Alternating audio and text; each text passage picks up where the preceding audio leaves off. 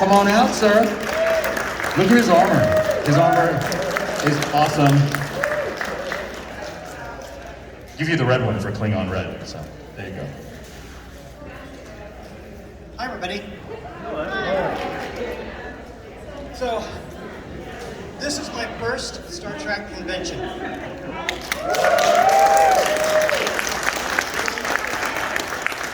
And someone convinced me, like, they're going to want to know about the Ballot. I'm like, no one wants to know about this. I'm just a nerd. So, thank you for all being one of us and coming together for this. I'm looking forward to it, and I hope you guys will enjoy it, maybe find something new, and we'll have a good time, okay?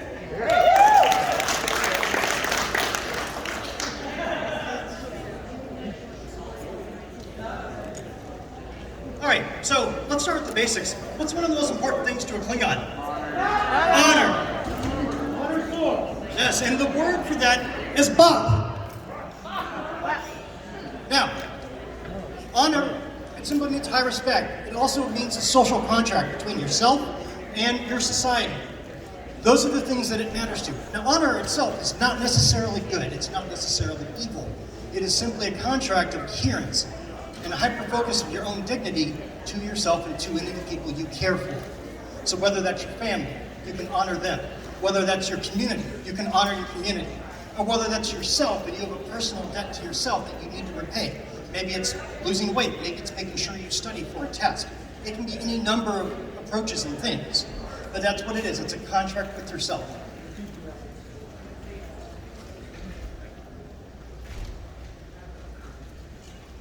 Now, some of the problems that come with describing anything Klingon is that Earthlings tend to have an issue with cultures that they don't seem to understand. Whether it's something they just, maybe it's a language barrier, maybe it's just a weird custom that in their society might be a bit taboo, they tend to have that problem. And one of the tendencies is that we as people tend to, not a blanket statement, but we tend to attack things we don't understand, rather than trying to take the time to learn, understand, and grow, whether as people or as culture. Now, to some degree, Earth media is a little bit biased because it's depicted most aliens as either foreign, something to be feared, or very truly much as the other. And that's on us.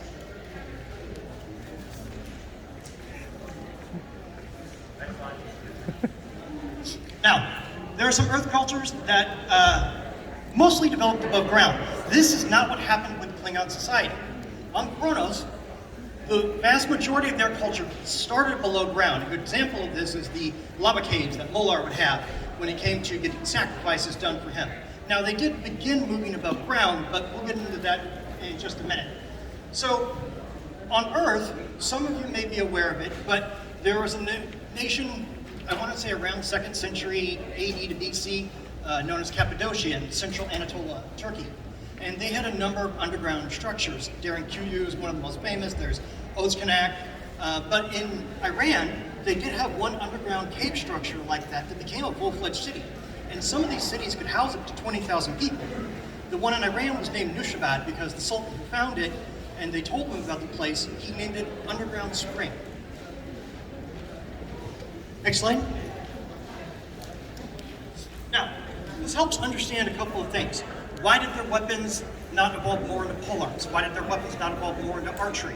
Why did they have steep chiseled edges as opposed to scalloped edges that you'll find on swords, rapiers, various daggers? And this is one of the things. If your weapons were designed for close quarter combat, then you wouldn't have necessarily gotten to that notion. Such as an example with the Dik-Tok dagger, the Mek'leth, and in this case, the Batleth. These edges are very steep. You notice that the blade on most of the part is very, very, very broad. And even if this was a completely blunted example, this would still be damaging to the extreme. Let me pull out another case in point.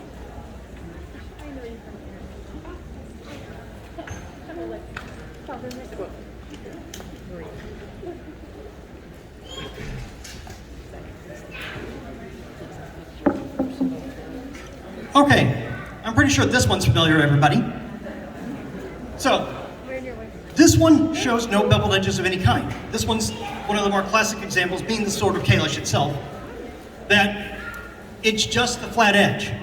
I guarantee you, if you were chipping rock or other things that were underground, and needed to deal with things like that, you'd want an edge similar to this because it would resist chipping, which is the problem that scalloped edges would have on most swords and weapons we have today. But without a doubt, you can hook someone's arm, then use the other side of the bat lift to help trip them, and completely disembowel them depending upon where the blades are placed and how they're pointed. So there's a lot of underground close quarter combat style fighting. They just didn't have long range weapons in mass. It's not that they didn't invent them, not that they didn't use them, they just weren't classical in that regard. Next slide. So, all of those, you can see an example between the beveled edge on the top that you would see on a mek'lith, a diktok dagger, or a batleth, and the one below it is more of a scalloped edge you would find on the cross section of a sword or a rapier, most daggers from the Middle Ages. Those scalloped edges are designed to tear through flesh. They're designed to work for ranged attacks and opponents, and they're less likely to hit a hardened object that's going to chip it. Now, it suggests that the weapons did double as tools. So it's an example with if you did napping or did chiseling, this would be an example of what your tool could double as. And very likely, if you're in an underground society, that's probably the case. Now, there was a notable example in the report of Lieutenant Commander, well, at least then, Lieutenant Commander Worf, where he talks about the Jintok spear being utilized as a weapon as opposed to not being utilized as a tool. And if we take that at face value, he doesn't refer to this as a tool. It's one of the first times we ever see the actual representation of a Klingon weapon referred to as a weapon first, not something that could also be a tool. If that's true, then that's probably one of the first things they ever came up with was a spear. And a short spear tip would also work double as a dagger or any number of things, simply depending upon the size of the haft that you had on it. If that's not true, it suggests that Worf may not have had a complete understanding of Klingon weaponry given his upbringing as a way to help, in this case, audiences understand the Klingon culture from a somewhat insider's perspective, because he grew up most of the time on Federation planets. Next slide. Now, what is unclear as to when the Klingons began to colonize above surface. Molar obviously favored the underground temples because of the lava that they could sacrifice him to. It's also believed that this changed with his defeat. Now, during Kalish's reign, surface migration began to improve. However, depending upon which sources you look at and what things you read, how much and how quickly is a debate. Now, many underground structures still remain. There's still, as we saw in season 1 of Discovery, plenty of underground. In fact, the Orion Embassy on Kronos was completely an underground city. And one of the other examples is the famous monastery on Borath. It is not only carved onto, but also deeply into a mountainside. So they still favor those kinds of structures, even if they put a nice surface facade to them. Next slide. Now, this has been the most interesting thing in all the study is that the invasion of the Herc, back during what we would call the 14th century, changed everything. So the biggest difference is that it moves from human evolution to this point. So several centuries after the passing of Kalish in the late 900s, and I'm using AD for that term rather than the start date because I couldn't track that far back. Now, while they lost many artifacts in that, they did drive them off and were managed and able to retrofit a number of those items to use. Now, that brings me to a certain point. There is a vast misunderstanding that Klingons are stupid or short-sighted or so angry and blunt to a point that they can't think for themselves. That's simply not true. A medieval society reverse engineered starships and managed to figure out how to get to the stars.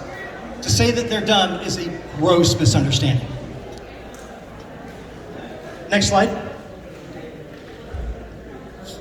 All right, now, while massive scale warfare in the tens or hundreds of thousands did occur on Earth, while we don't have any documentation of that occurring on Kronos or among Klingons. Because again, if you move in smaller underground societies, your military forces are also going to be more focused, more specialized to deal with certain problems and then move on and attack the enemy and solve it. Now, they may have included from one enclosed area to another. Because now instead of a tunnel, they have the hull of a starship. In many ways, it's simply a moving cave. It just now can fly from planet to planet. Having that close combat, you'd want a weapon that couldn't rupture the hull. How many remember when Worf killed, I don't know, let's include, I think, 1 or 2 High Chancellors in his time? But very clearly, as he penetrated through the chest of his various opponent, the deck plating stopped the blade. So you could still defend yourself, still attack your foe, and yet you wouldn't rupture the ship, where a laser blast or an energy weapon might do that very thing, much less even a projectile. I think we've seen enough media today to understand what would happen to a plane in air right now if a bullet penetrated the hull. It would go poorly. Next slide, please. All right, we're going to decipher a legend. The legend that we're coming up with, Tame Dum, Bame Dum. Everything about the Klingons, great songs, great deeds. Next slide.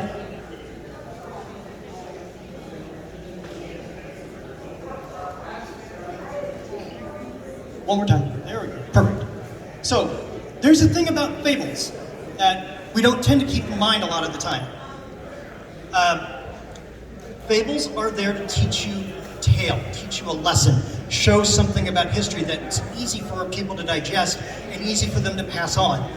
Because what's the point of a great song or deed if you don't keep singing it over and over again? If you don't keep talking to the various people that you want to understand this legend or why someone was important. So, when they do that, they typically put it into that kinny. Now, the creation of the bat'leth is one of a perfect example. We have a person who took their hair. They wandered up to the Kriskak summit. They put that hair into the lava flow. And then you are led to believe, and this is the part where it's a kinny, and something, the same way someone tells a story and all of a sudden they move from, I attacked 3 guys that summer to, there was 40 men, and I was the only person standing there. So after he dumps his hair into the lava, pulls it back out, he is supposed to trek over 100 miles to Lake Lurser and then cool it there. Not that the lava cooled the entire 100-mile trek. Don't pay attention to that part. So the retrieval of his father's sword, when Kalish was fighting his brother Malar, his brother, unfortunately during one of the times that they have these stories come up, told a fib. Now, I would be the first person to fib to you if I said I didn't tell a fib at some point in my life.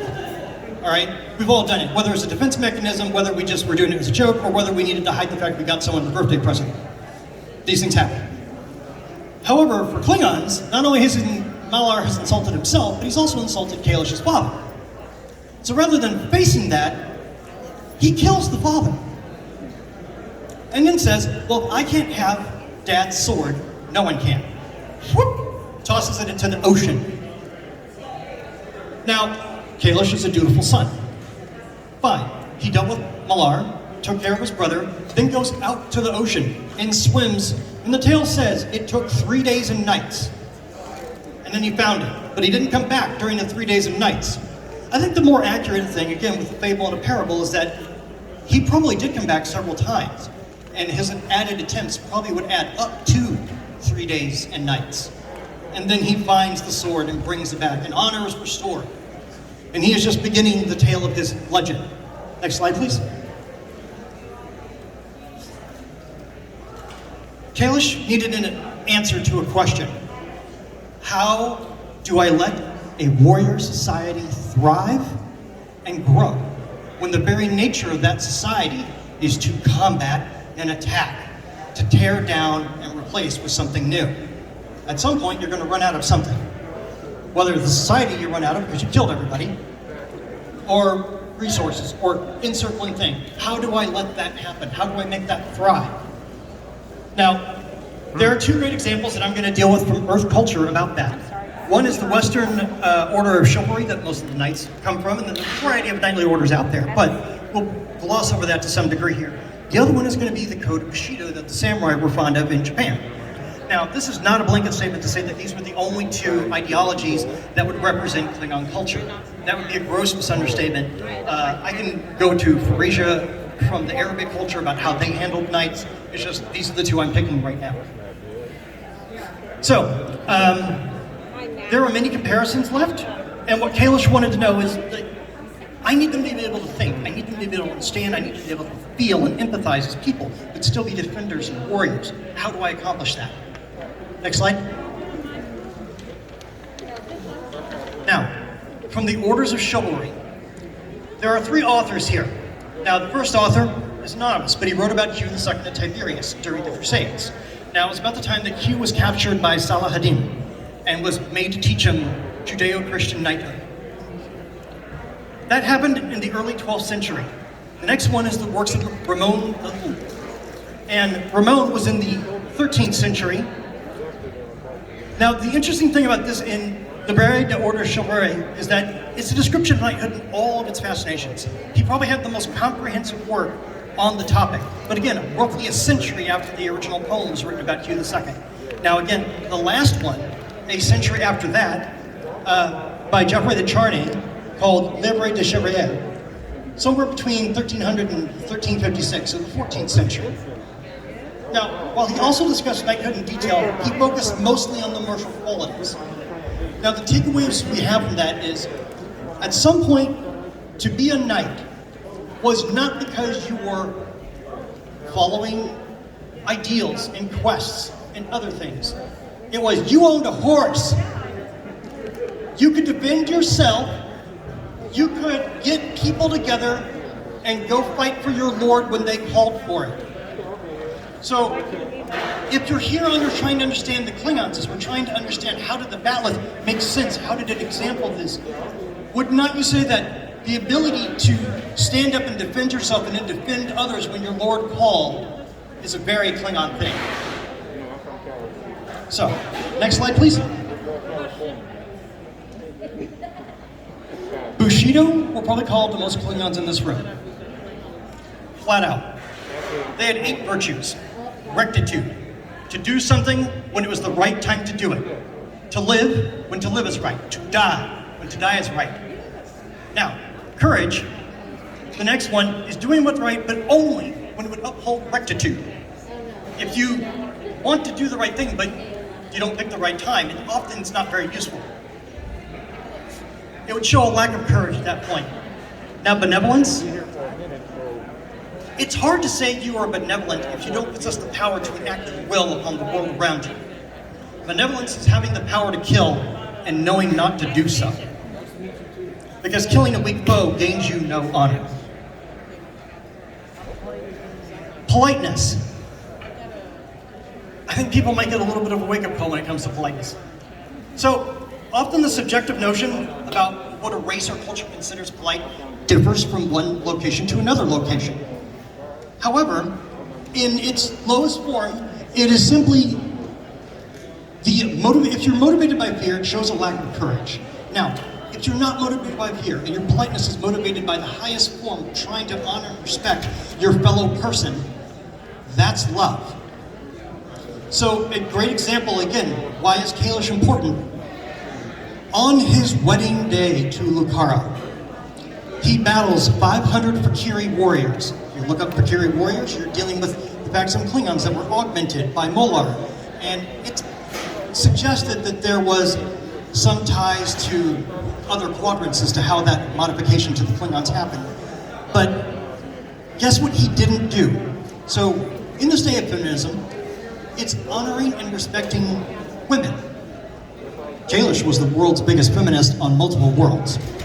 So he looked at his wife and said, "You want to fight?" She said, "Yep." They fought them off together on their wedding day while reciting the poetry vows for their wedding to each other. So the highest form of politeness, everyone, is love. That's what he showed, is love. Now, honesty and sincerity.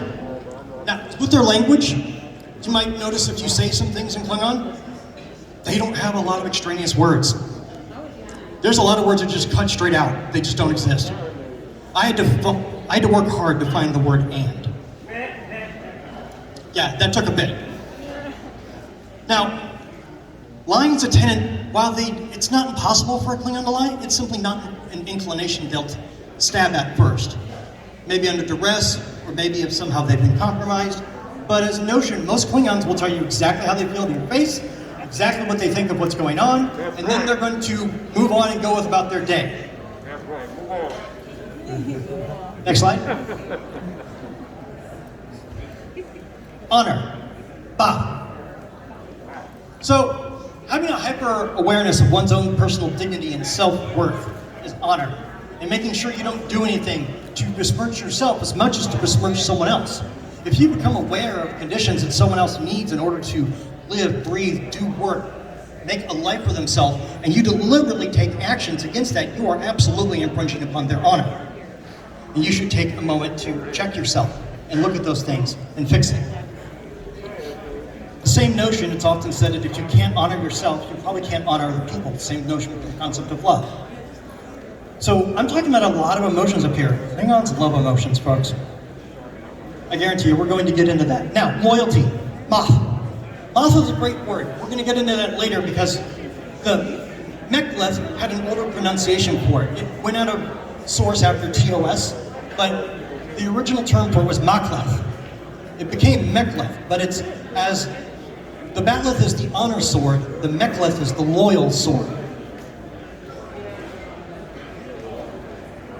Character and self-control. Now, when you look at Klingons, you might wonder if that's a statement that should identify them, but in reality, it really does.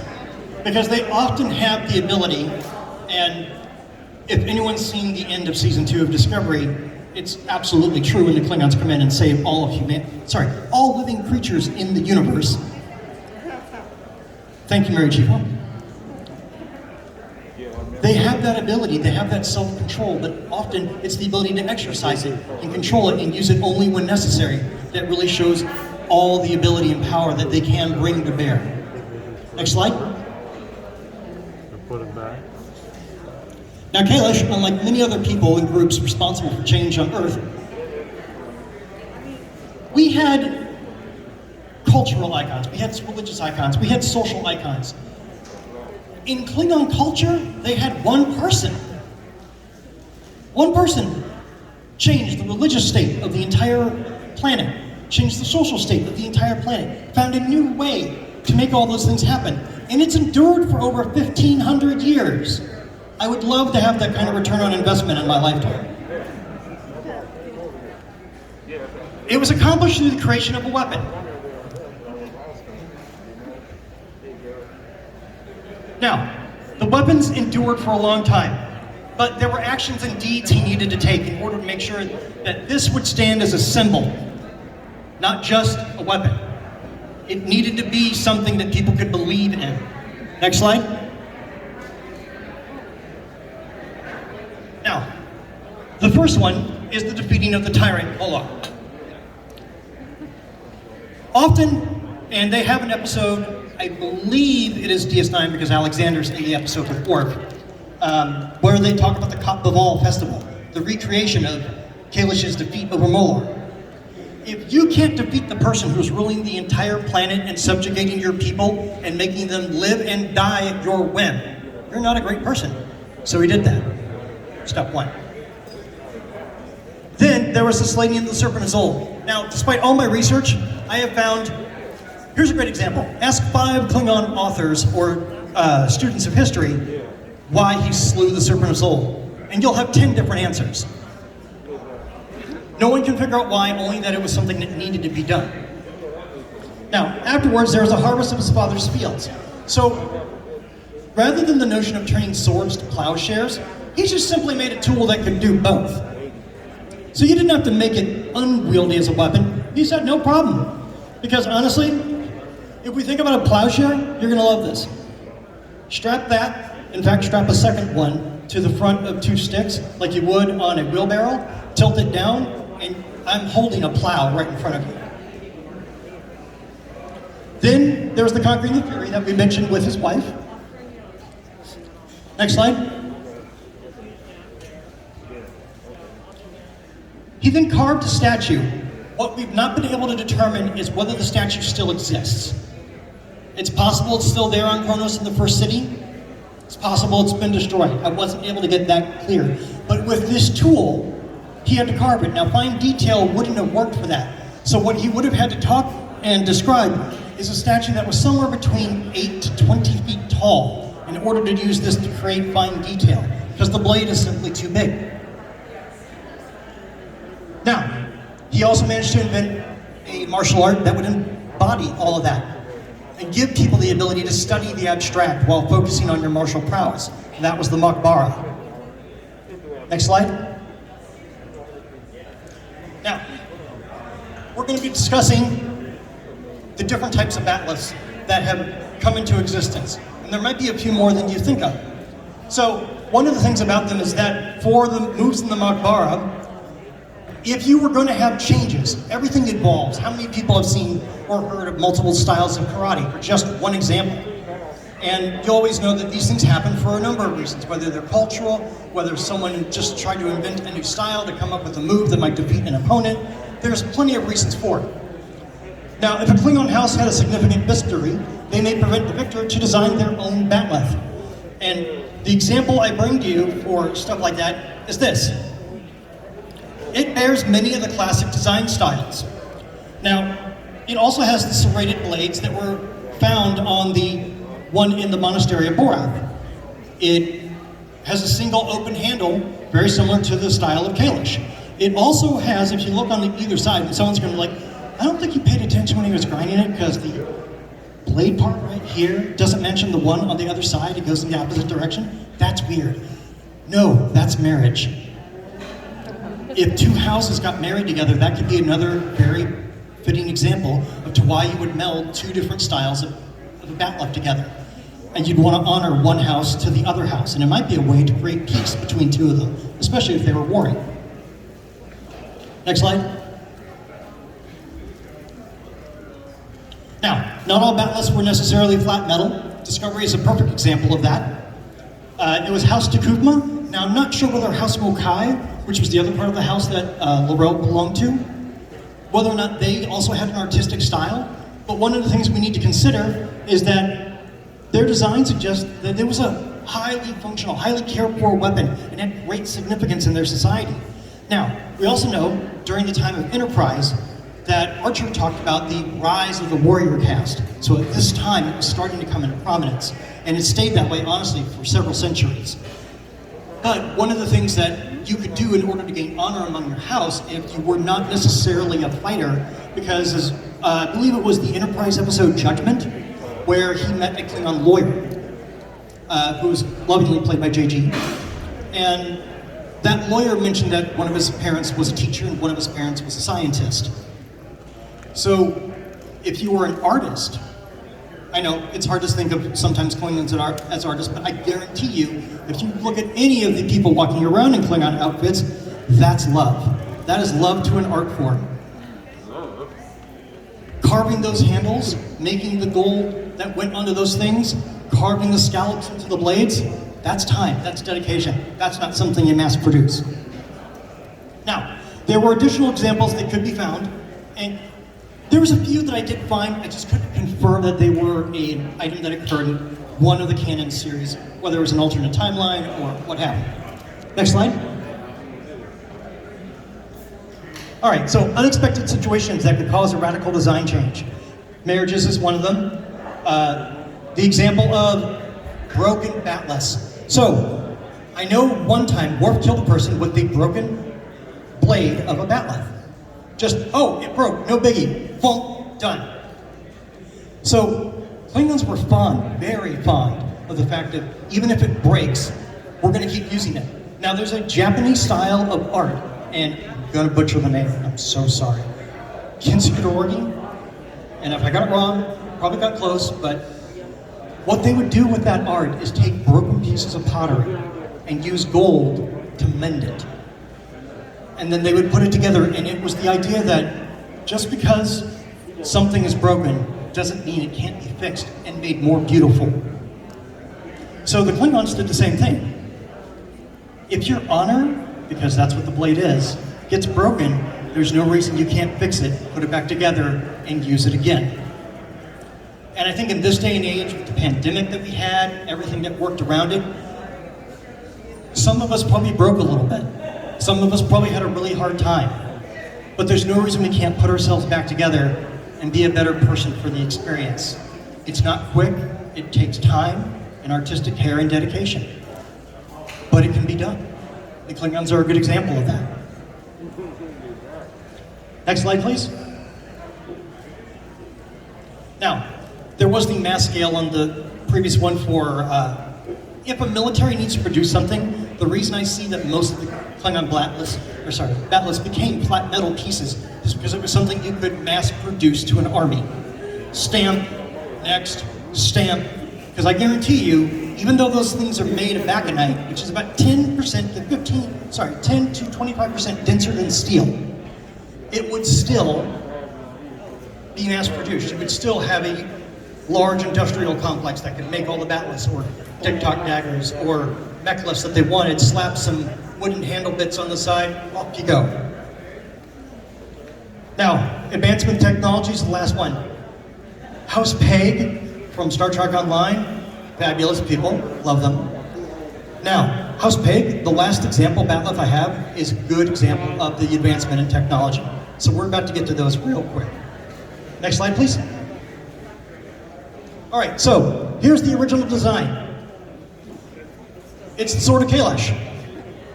Now, the second one, and this is a funny little bit that I found out, the prop that they used in the, I believe it was the DS9 episode where Worf finds the Sword of Kailash, and it's this beautiful, wonderful thing.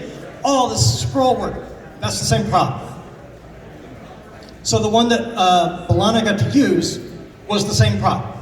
They just made it different so that it could be utilized again.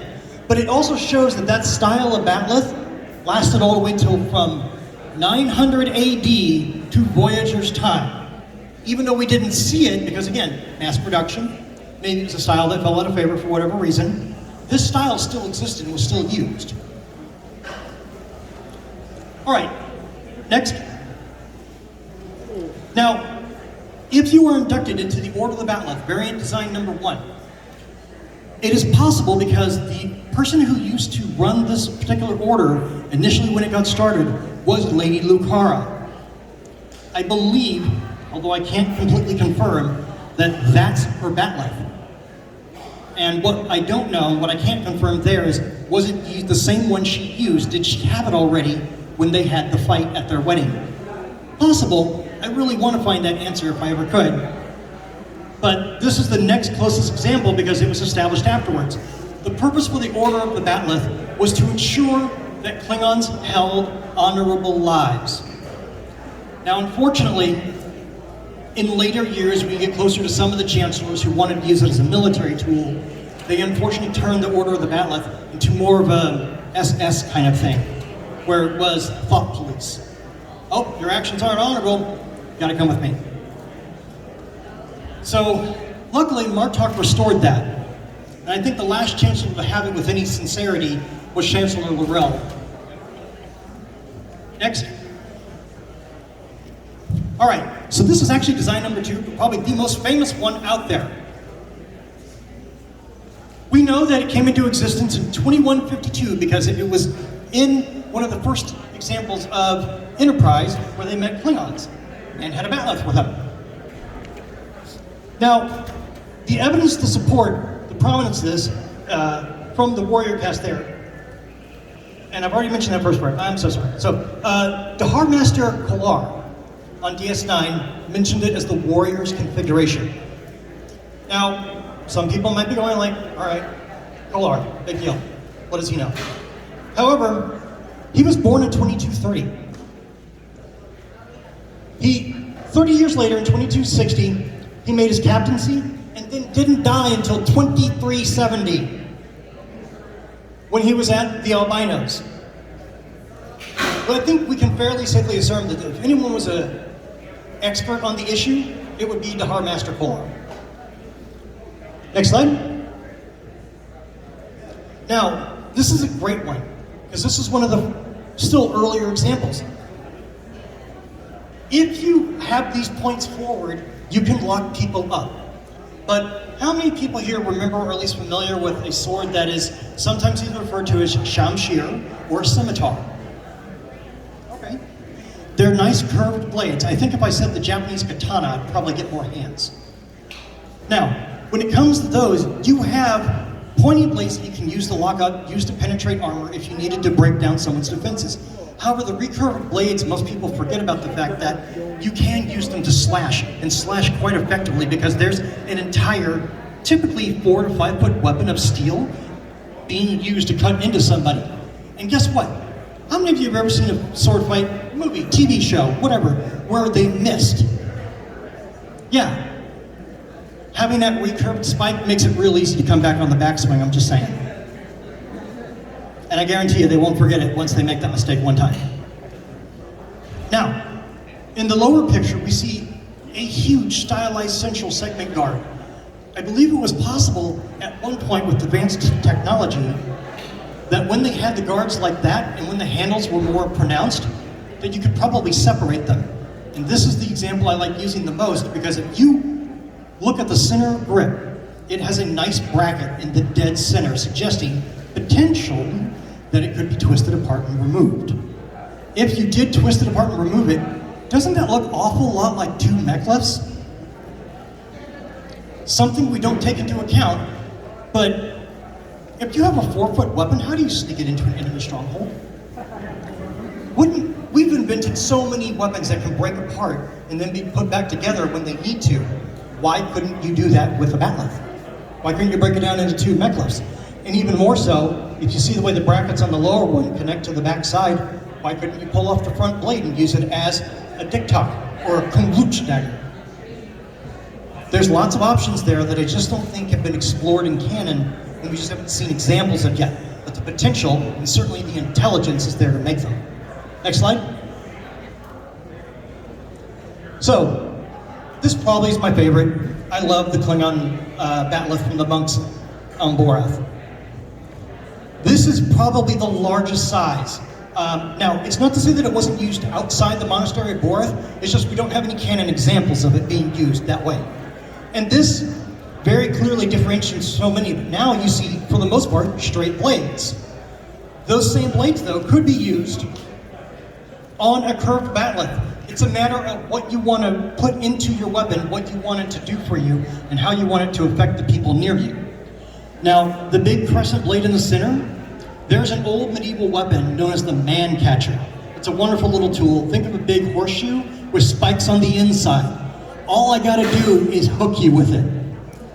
And then just start shaking you around, and you're gonna hit spike to spike to spike to spike. It's gonna be a bad day for you, it really is. Those curved blades right there, exact same concept. And if the off chance you get out of the half moon, I have long, straight weapons to deal with you. You're not getting away from me anytime soon. All right, next slide, please.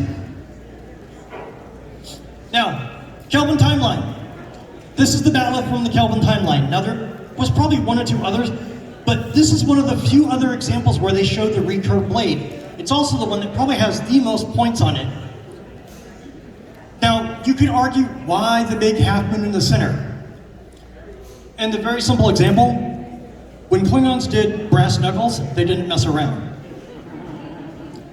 Because if you look at those 2 outer grips, and you face punch somebody with the center part of that bat lift, their nose is gone. Much less their jawline, and any hope they had of a beauty contest. So, but again, if you notice the pockets on these weapons right here, often what you're trying to do is catch someone in the blade, and then just catch one of the arms or one angle to slide through.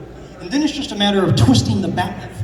Because at that point, you're going to bring that person to the ground. They're going to lose their ability to stand, they're going to go down, and then you can just, you don't even care about the opponent you're tearing the piece off of, whip it around and stab.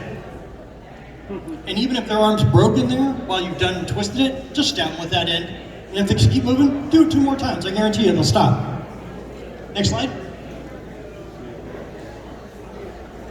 The Kintsugi bat lift that I was talking about.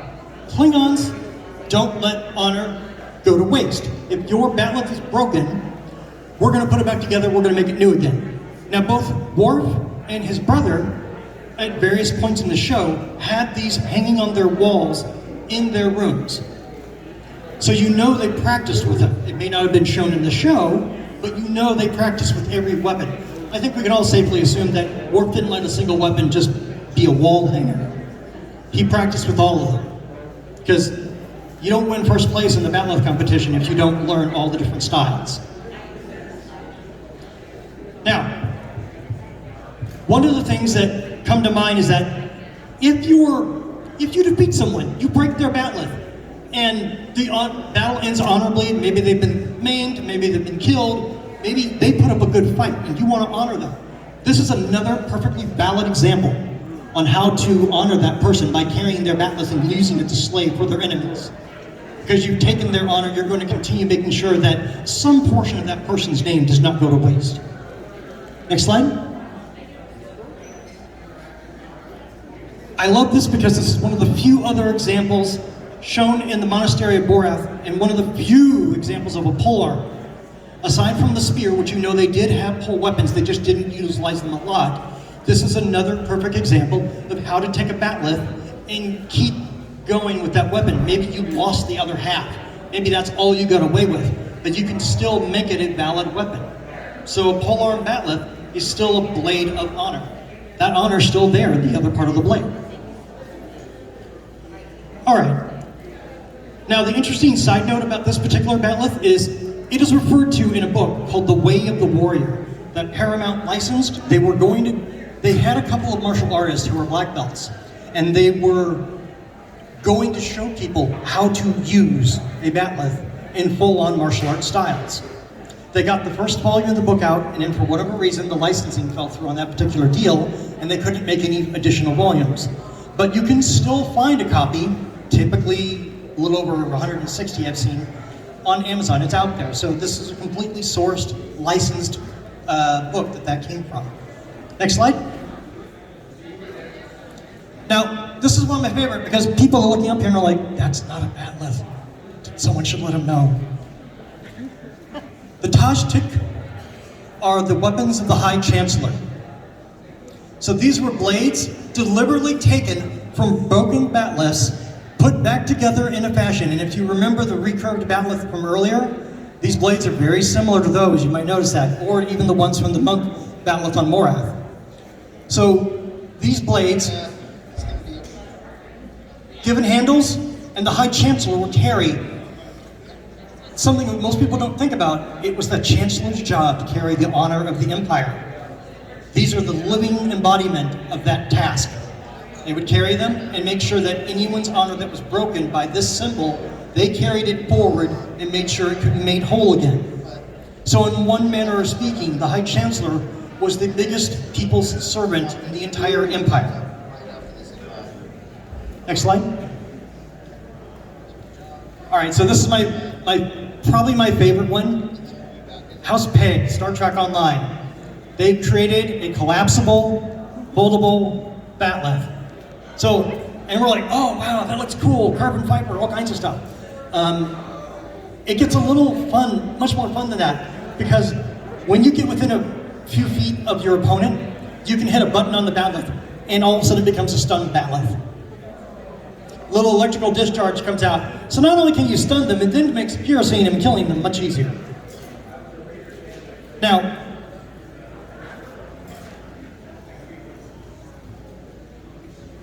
let's see. Oh, okay, I'm gonna over all that. Next slide, please. I'm gonna leave you with a couple of final thoughts. And the reason I brought this slide up is that what I'd like you to take away is a thought to have later, tomorrow, the next day, whenever you're having a hard time. So again, Su-we-pu, 1, 2, look back. There are no old warriors. Next slide. Klingons have amazing potential.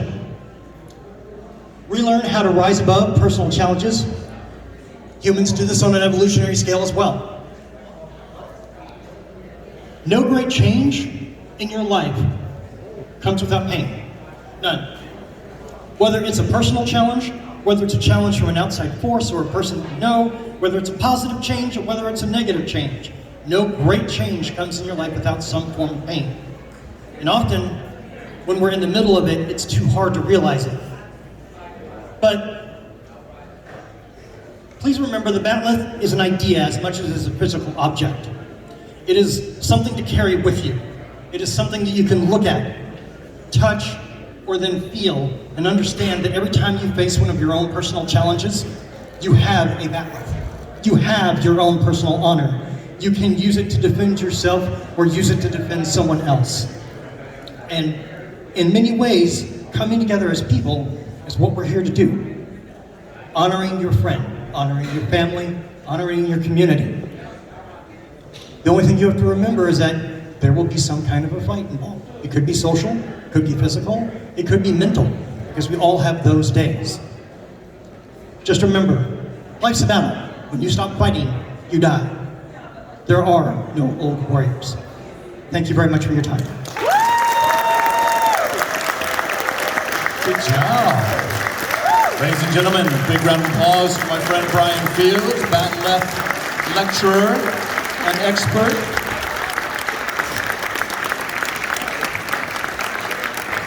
Thanks for coming out, everyone. Thanks, Brian. Sure. I thought you were going to actually show us a whole routine, but okay. Well, there is one weapon I didn't get to show you, but it's the closest example I have.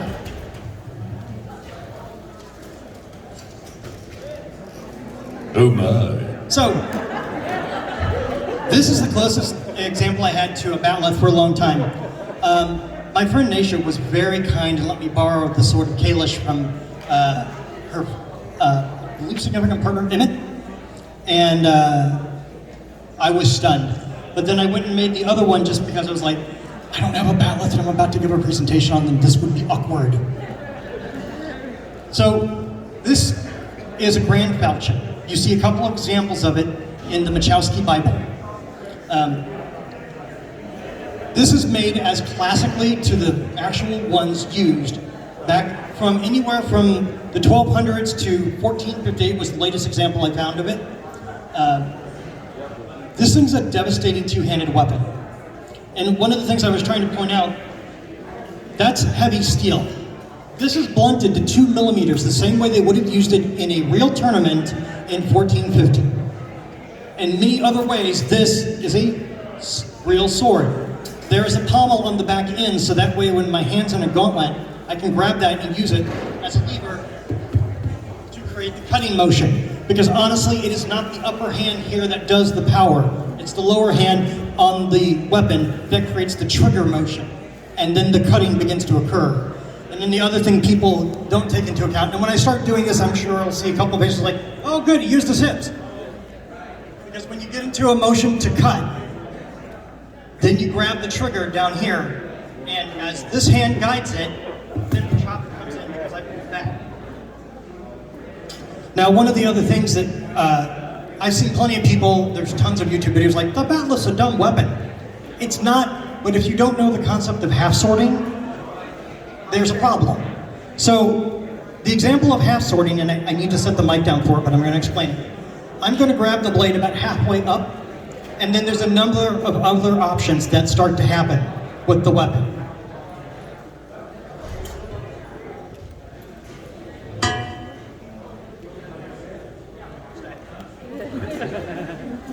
So this is a half sorting technique. At this point right now, I can, oh, thank you. I can hit you with this bar, and I guarantee you when we talked about that center ridge on the Kelvin timeline bat'leth, this will be a bad day for you. I can also deliberately miss, put this over your head, grab you and then kick your legs out from underneath you. I can then turn it and then stab you like a spear. I can come back on the other side, just like when you would use a quarterstaff, and hit you with the pommel end. No one wants the bad end of this weapon. And the thing about the Klingon bat'leth is that this entire thing is the bad end of the weapon. All right. Good. Yeah. Ladies and gentlemen, Brian Fields.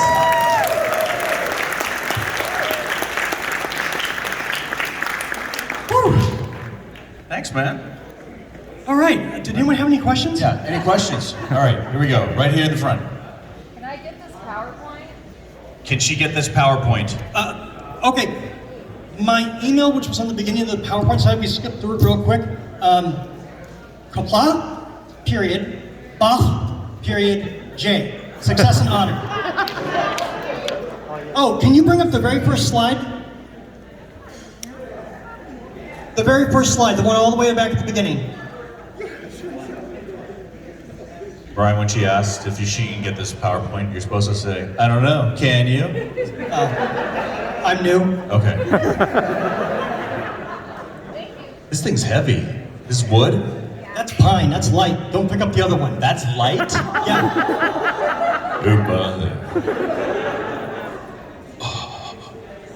Ooh. Yeah, putting that together, I broke it like 4 times. Pine's not the weapon or wood you want to use, but it's like, I only have a little bit to go on. Oh my gosh. Yeah, like I said, that was the light one. This is too heavy. This is way too heavy. Don't pick up the sword, it's just as bad. No, I'm not gonna go there.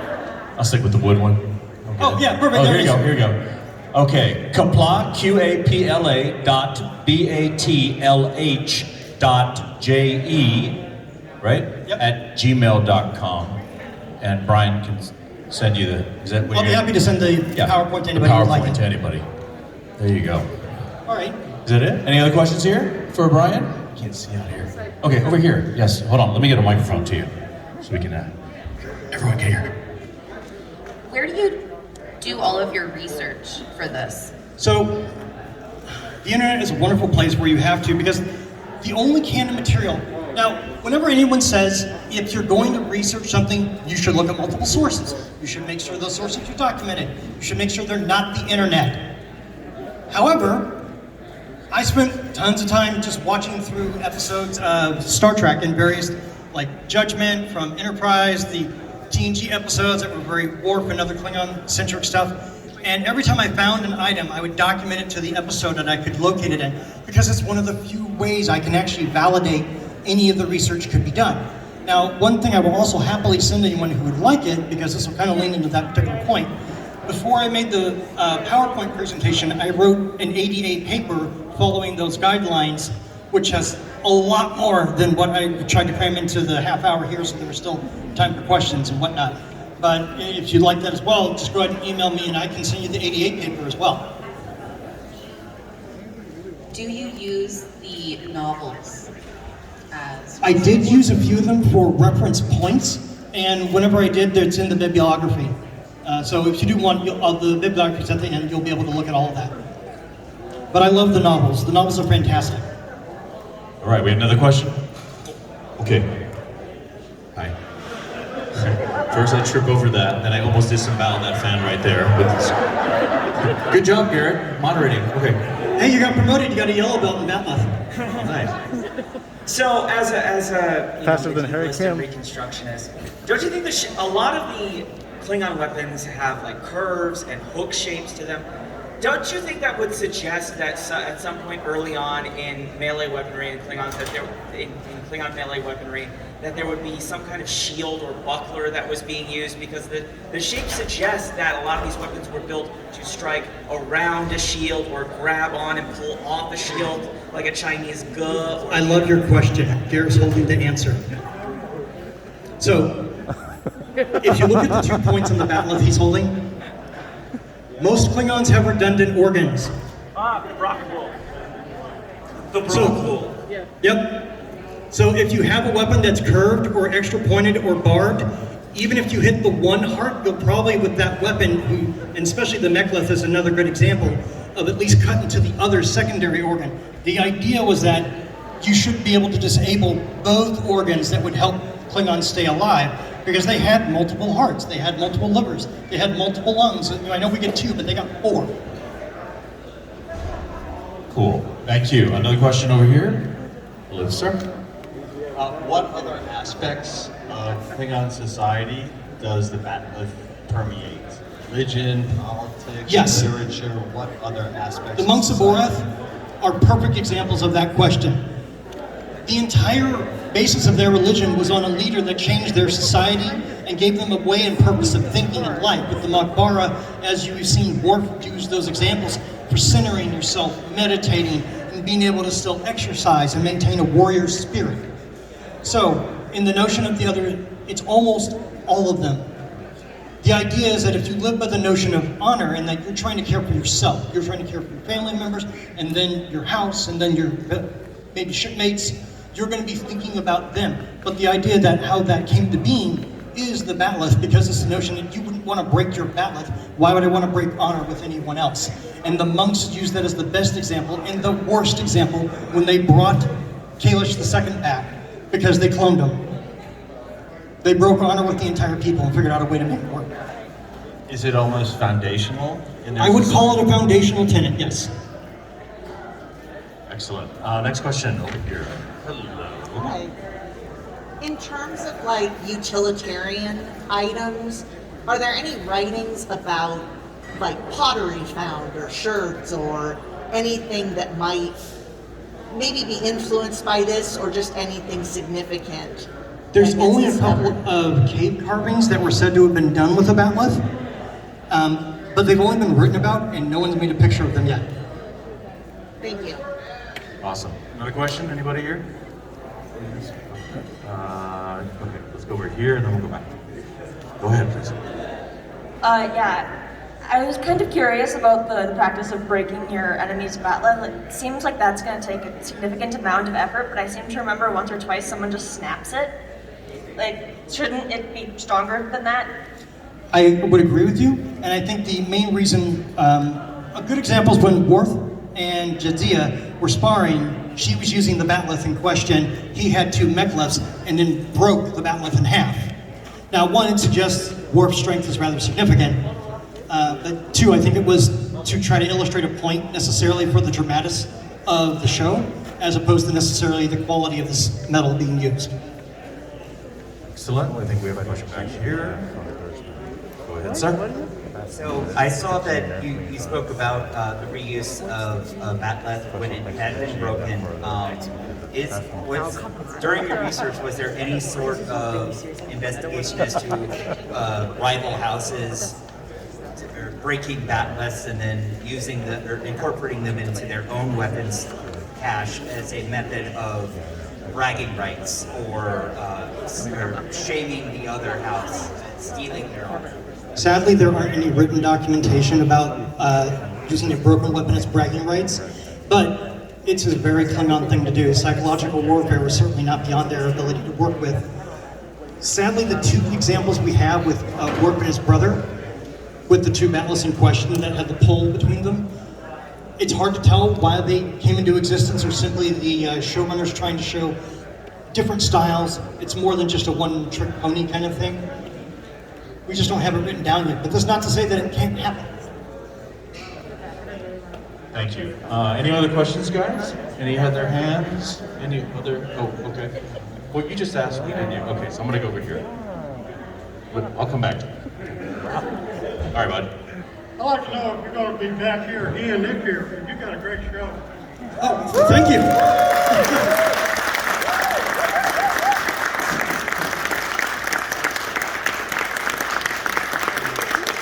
Yeah, Brian, coming back? Yes, I'll be back. There you go.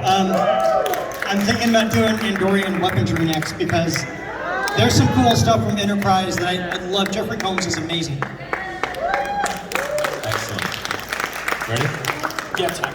I do have time for you now. Cool. Actually, you brought up a great point earlier about how, like, historically, you know, orders of chivalry and warrior classes were part of the aristocracy. They were nobility.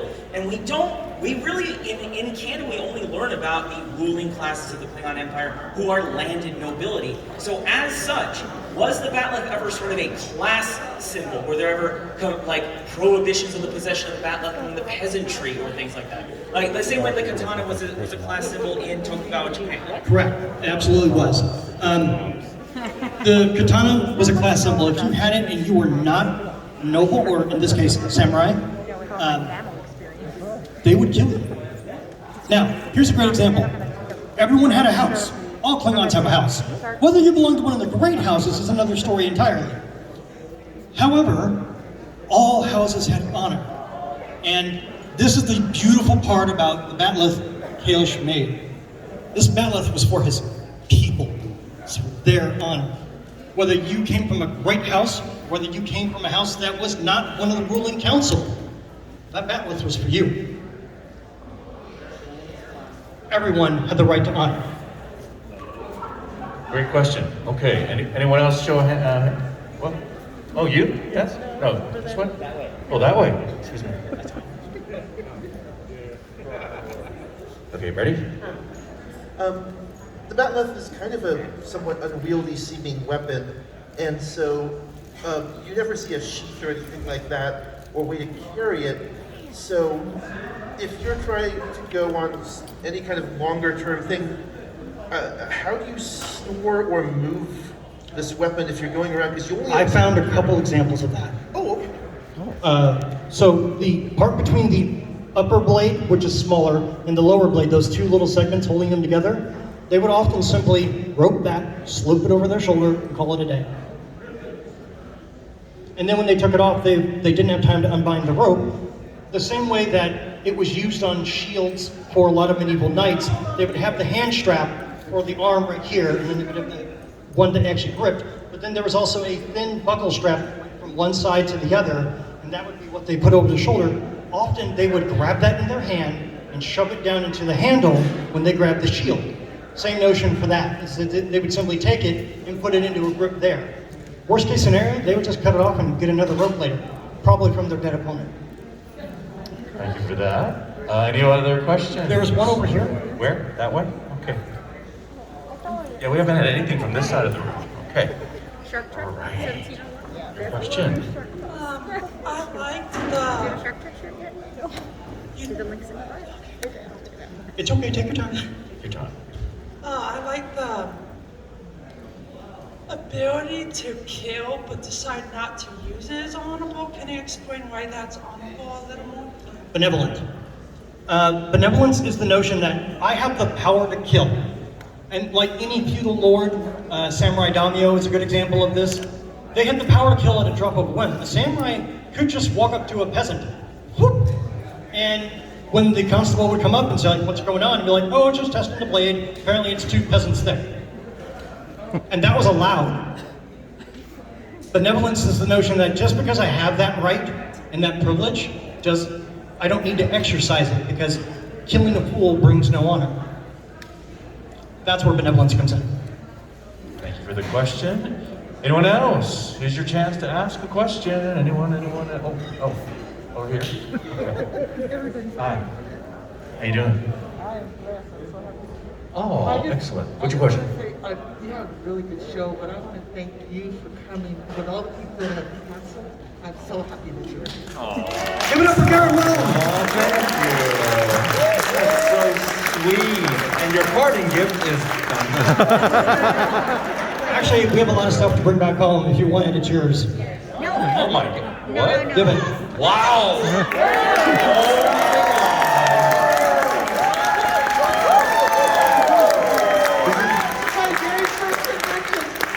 first convention and she just won a bat lift. Oh my gosh.